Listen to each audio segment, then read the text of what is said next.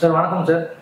வணக்கம் சார். நல்லா இருக்கீங்களா சார்? நல்லா இருக்குங்க சார். சார் போன வீடியோ பதிவுல பில்டிங் கட்டுறதை பத்தி நிறைய விஷயம் சொல்லியிருந்தீங்க. ஆமாங்க சார், சொல்லியிருக்கேன். நிறைய பேர் வந்து பாத்தீங்கன்னா ஃபோன் பண்ணி பேசினாங்க உங்ககிட்ட. ஆமாங்க சார், சொன்னீங்க. விசாரிச்சாங்க. நல்ல ரெஸ்பான்ஸ் நல்லா இருந்தது சார். நல்லா இருக்கு சார். சரி, இப்போ இந்த வீடியோ பதிவு எதை பத்தி சார் சொல்ல போறீங்க? பேஸ்மெண்ட் பத்தி சொல்றேன்னு சொல்லியிருந்தீங்க. ஆமாம் சார், நம்ம வந்து போன வீடியோவில் முதல் பகுதியில் வந்து நம்ம என்னன்னா ஃபுட்டிங் ஃபவுண்டேஷன் குறித்து நம்ம பேசியிருந்தோம். இப்போ என்னன்னா பேஸ்மெண்ட், இந்த பேஸ்மெண்ட்டு எப்படி அமைக்க வேண்டும் அதை தான் இப்போ நம்ம பார்க்க போகிறோம். ஒரு பேஸ்மெண்ட்டுன்றது மேக்சிமம் வந்து நம்ம 3 ஃபீட் ஹைட், ரோட் லெவலில் இருந்து 3 ஃபீட் ஹைட் நம்ம பேஸ்மெண்ட்டை உருவாக்க போகிறோம்.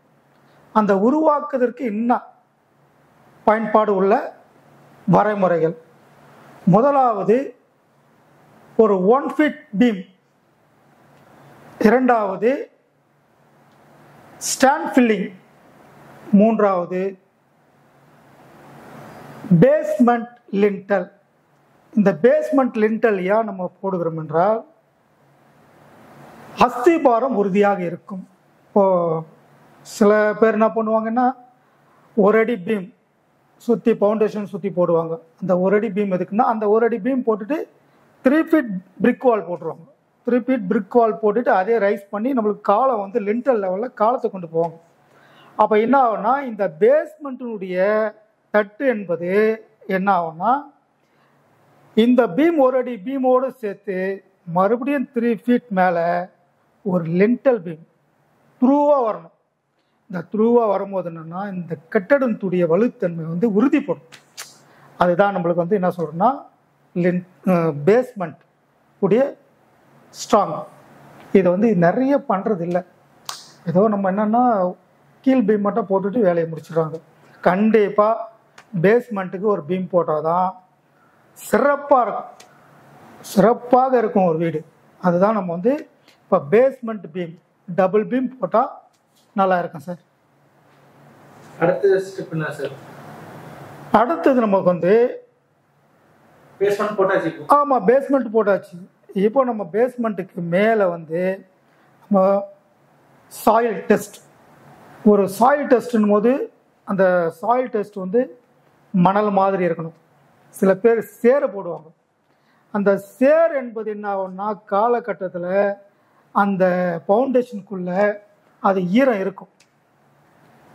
சாயில் போடும்போது நம்ம என்ன பண்ணணும்னா அது பவுடர் போல் மணல் போல் இருக்கணும். அந்த சாயில் போட்டால் தான் அந்த பேஸ்மெண்ட்டுக்கு நல்லா இருக்கும். பேஸ்மெண்ட்டுக்கு மேலே 5 இன்ச்சஸ் ஸ்டாண்ட் ஃபில்லிங் போடணும்.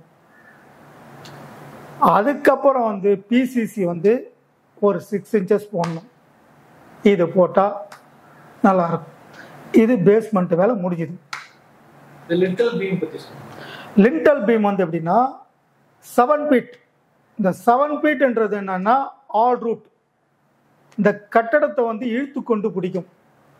ஒரு எப்படின்னா இப்போ நமக்கு ஒரு மனுஷனுக்கு எப்படி ஒரு எலும்பு இருந்தால் அந்த சதைக்கு வந்து பிடிப்பு இருக்க போது அது போல தான் நம்மளுக்கு லிண்டல் பீம்.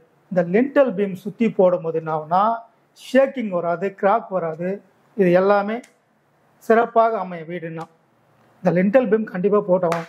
ஏன் லிண்டல் பீம் போட மாட்டுறாங்கன்னா காலத்தை 9 ஃபீட் ரைஸ் பண்ணிவிட்டு ரூப் லெவலில் என்ன பண்ணுறாங்கன்னா ரூப்பை போட்டு போயிடுறாங்க. அப்படி போட்டால் வீடு தரமான வீடு இல்லை. அதனால தான் நம்ம வந்து லிண்டல் கண்டிப்பாக பீம் போடுறோம். இந்த லிண்டலுக்கு வந்து ஏன்னா அதனோட செயல்பாடு கிடையாது. ஒரு என்ஜினியர் என்பது என்ன, ஒரு கிராஜுவேட் ஒருத்தர் வந்து ஒரு என்ஜினியர் படிக்கிறாங்கன்னா இந்த படிக்கும் போது இதனுடைய தன்மையும் இதனுடைய சரியான வரைமுறையும் திட்டங்களும் அவங்க கண்காணிப்பு கிடையாது.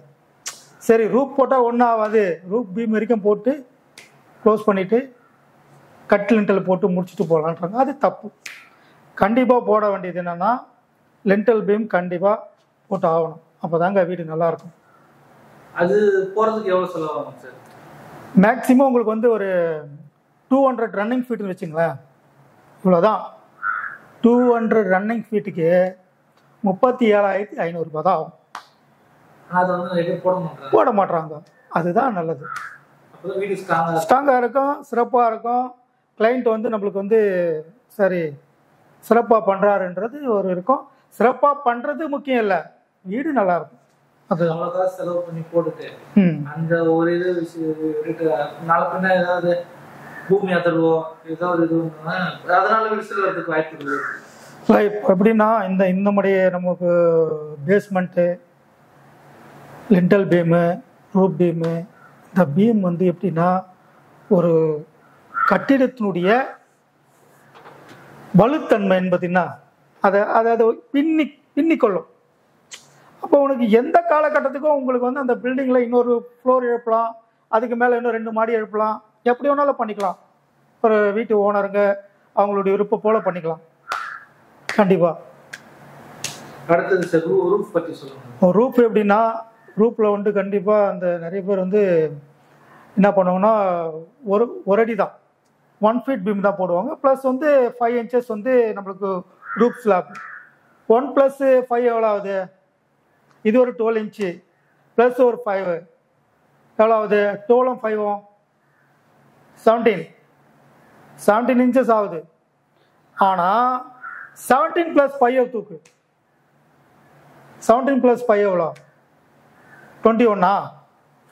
21 inch மேக்ஸிமம் நம்மளுக்கு ரூஃப் இருக்கணுங்க.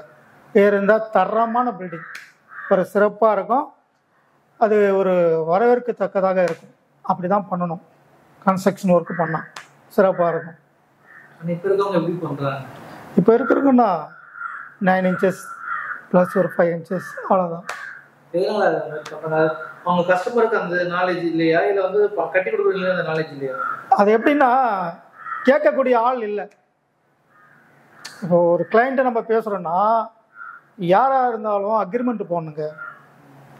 அக்ரிமெண்ட் மூலிமா தான் ஒரு வேலையை எடுக்கணும். நம்ம வேலை எடுக்கணும்னா ஃபஸ்ட்டு வந்து நம்ம ஓனர் கிளைண்ட்டுக்களே நம்ம கேட்கணும். கேட்டு இந்த மாதிரி நாங்கள் அக்ரிமெண்ட்டு போட்டு ஒர்க் பண்ண போகிறோம் அப்படின்னு சொல்லும்போது அவங்களும் நம்மளும் வந்து தீர்மானம் எடுத்துக்கணும். நான் இந்த பொருளை போட போகிறேன், இவ்வளோ பீம் போட போகிறேன், இவ்வளோ ரூப் லிண்டல் இவ்வளோ போட போகிறேன், பேஸ்மெண்ட் இவ்வளோ போட போகிறேன்.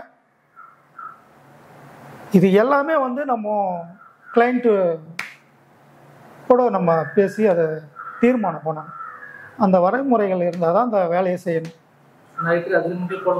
அக்ரிமெண்ட்டு போடாமல் இருந்தால் சண்டை தான் வரும். அவங்களுக்கும் நமக்கும் சண்டை தான் வரும். அப்புறம் பிரிவினை வரும். நீ சரியாக பண்ணல, இத்தை போடலை, அத்தை போடலை, இது தப்பு அப்படின்னு அந்த பேச்சு நம்மளுக்கு தேவையில்லையே. ஆமாம், நான் இன்னைக்கு அக்ரிமெண்ட்டில் நான் உங்களுக்கு சைன் போட்டு கொடுத்துருக்கேன்.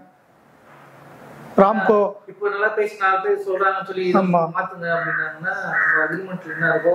ஆமாம் ஆமாம், நான் ராம்கோ சிமெண்ட் போடுவேன் சொல்லுவேன், இல்லை கிரானைட் போடுன்னு சொல்லுவேன். அதுக்கப்புறம் உங்களுக்கு வந்து பினாலெக்ஸ் ஒயர் போடுன்னு சொல்லுவேன், பேரிவர் டாப் போடுன்னு சொல்லுவேன். பல வகையான சிஸ்டம் வந்து என்னென்னா இருக்குது, குவாலிட்டியான ஐட்டம்ஸ்லாம் இருக்குது. இதை நான் உனக்கு போடும்போது நான் அக்ரிமெண்ட்டில் என்ன பண்ணியிருக்கேன், நான் அக்ரிமெண்ட்டில் நான் உங்களுக்கு கொடுத்துருக்கேன். அதுபோல் நான் வந்து என்ன பண்ணுவேன், அமைச்சு நான் உங்களுக்கு செஞ்சுருக்கேன்னு. அவங்க என்ன கேள்வி கேட்க முடியாது, நானும் அவங்கள வந்து எதுவும் பண்ண முடியாது. அப்போ சரி, அவர் அக்ரிமெண்ட்டில் கொடுத்த போல் அவர் பண்ணியிருக்காரு, சரி அவங்க திருப்தியாக இருப்பாங்க. நம்மளும் அதை குறித்து நம்ம யோசிக்க வேண்டிய வேலை இல்லை, நம்ம வேலையை நம்ம பார்க்கலாம். அதுதான்.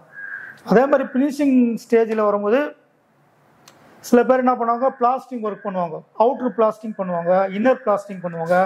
இந்த அவுட்ரு பிளாஸ்டிங் பண்ணும்போது என்ன பண்ணணும்னா வாட்டர் வாஷ் பண்ணிடணும்.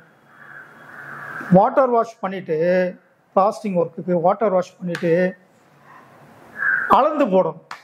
இன்றைக்கி யார் அளந்து போடுறாங்க? ஒரு மூட்டை சிமெண்ட்டு வெளியில் பூசுறதுக்கு 18 பாண்டு 16 பாண்டு, மேக்சிமம் 18 பாண்டுங்க அவுட்ரு பூசு வேலைக்கு. என்ன பண்ணுறான், லோடு எடுத்து வந்து கொட்டுறான், மூட்டையை கொட்டுறான், தள்ளுறான், வெட்டுறான், தூக்கி பூசுறான். இந்த கிராக் எப்படி வராமல் இருக்கும்? அளவு தெரியாம ஒரு ரைஸ் மில்லுக்கு போகிறீங்க, மிளகா அரைக்க போகிறீங்க, மிளகாவை அதை நல்லா மைய அரைச்சா தானே அது உறவாடும். அதுதானே மிளகா அரைக்கிறது நம்ம ஒரு தன்மை இருக்கும். நீ வந்து ஒரு லோடு மணலில் சிமெண்ட்டை ஒரு மூலையில் கொட்டி கலந்து பெசிரி அடித்தா அது உறவாடுமா? எப்படி உறவாடும்? இந்த இப்போ ஒன்றா சேராது.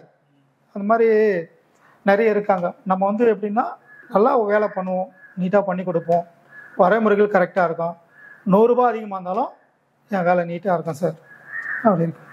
இப்போ வேற எங்கெல்லாம் போயிட்டு இருக்கு? வேலை நிறைய ப்ராஜெக்ட் பண்ணியிருக்கேன் சார். நான் முன்னாடி ஃபஸ்ட்டு பதிவுலேயே நான் உங்களுக்கு சொல்லியிருக்கேன், நிறைய கன்ஸ்ட்ரக்ஷன் ஒர்க் பண்ணியிருக்கோம் அப்படின்னு நான் சொல்லியிருக்கேன். அதுவும் சிறப்பாக பண்ணியிருக்கேன். இப்போ கூட நம்ம சிவகார்த்திகேயன் அவருடைய சிவகார்த்திகேயன் இருக்கார்ல, அவங்க வீட்டில் ஒரு அசிஸ்டண்ட்டாக வேலை செய்கிறாங்க. அவங்களுடைய வேலை கூட நம்ம வந்து பேசின்னு இருக்கிறோம், அந்த ஒர்க்கும் கிடச்சிரும். அதேமாதிரி நம்ம விஜய் சார் அவருடைய பாடிகார்ட் ஒருத்தர் இருக்கார், அவருடைய வேலையும் வந்து பேசின்னு இருக்கேன். சின்ன வேலை தான், ஒன்றும் பெரிய பட்ஜெட் ஒன்றும் இல்லை. அவங்க வீட்டில் வேலை செய்கிறவங்க தான், அந்த ஒர்க்கு சீக்கிரமாக பண்ணுற மாதிரி இருக்குது. ஃபாலோ பண்ணின்னு இருக்கேன். ஆமாம் சார், நான் வந்து நிறைய பண்ணியிருக்கேன். நிறைய விஐபிங்களுக்கெலாம் நிறைய பண்ணியிருக்கேன்.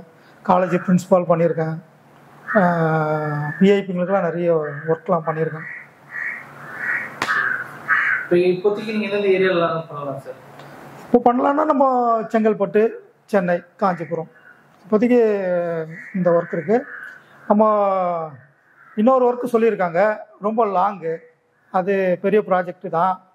சரி கால் பண்ணுறேன்னு இருக்காங்க, அது வெயிட்டிங்கில் இருக்குது. பண்ணுறோம். தொலைபேசி 9176287081. நெல்மணிகள் கான்ட்ராக்டர். அணுகவும். மிக்க நன்றி.